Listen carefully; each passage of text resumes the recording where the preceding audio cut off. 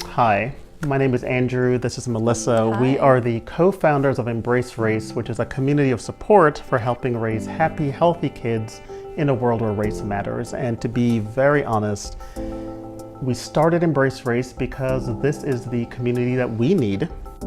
So true. Many of us were not raised to be race conscious, and that has not worked out so well. I myself am multiracial, and I grew up in a multi-hued, multi-ethnic immigrant family raised in a black and brown neighborhood. I was sent to an almost all-white elementary school, and when I was 8 years old, I got the unfortunate nickname of nigger lips. I didn't talk to my parents about it. I didn't talk to anyone about it. Instead, I felt humiliated and alone with it, and I felt ashamed and less than for being racially targeted. Now, you might wonder why I didn't talk to my parents, but that was really not unusual at the time, and it's not unusual today. 2/3 of millennials today say that they never spoke about race in their families, and that includes half of millennials of color. If we're not explicit about race with kids, we leave them to process what they experience and what they witness by themselves. Oh, what are you doing? I'm pushing the bean. So now we're parents and we have 2 girls, and we need to meet the challenge of helping our girls process all that they're encountering in terms of race. And as you know, there's a lot going on, right? So we're talking about police brutality, we're talking about Islamophobia, we're talking about the movement for Black lives, and much more. Back in the spring, our older daughter, came out of her room an hour after bedtime in tears, and she said to Melissa, "Mommy, I'm afraid Trump is going to become president." It's like, why is that? Well, because if he becomes president, he's going to build the wall, and having this wall literally divide our family in half because of we have 4 different skin tones.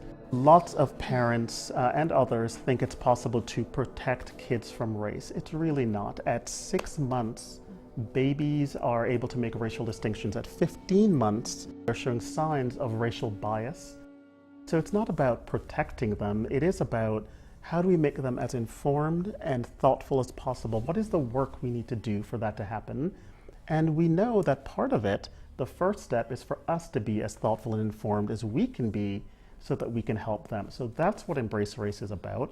That's the work we've already started, and that's work that we will continue to do.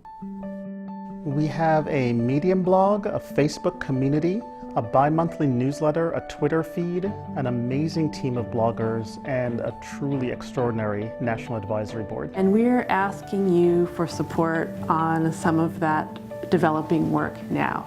Namely our online workshop series. We are inviting a very exciting group of guests who have varying expertise and experience to share their insights, resources with the community, and to answer your questions on topics that you've been asking about. The $50,000 will pay for things like the online meeting platform we get, for audio production, for audio archiving, and for speaker stipends.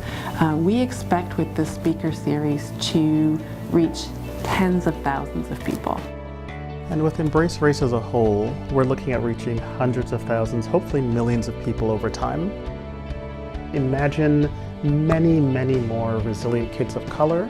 Imagine many kids of all racial stripes who are more racially inclusive, who are more empathetic with their peers. Imagine more adults and more kids who are able to be effective racial justice advocates inside and outside their homes, in the communities, in the country as a whole. That's what we're going for. We can make this hard work easier by doing it together. So give what you can, and please share this widely. Thank you for your help on this crowdfunder, and thank you for your help spreading the word. Embrace race! Embrace race!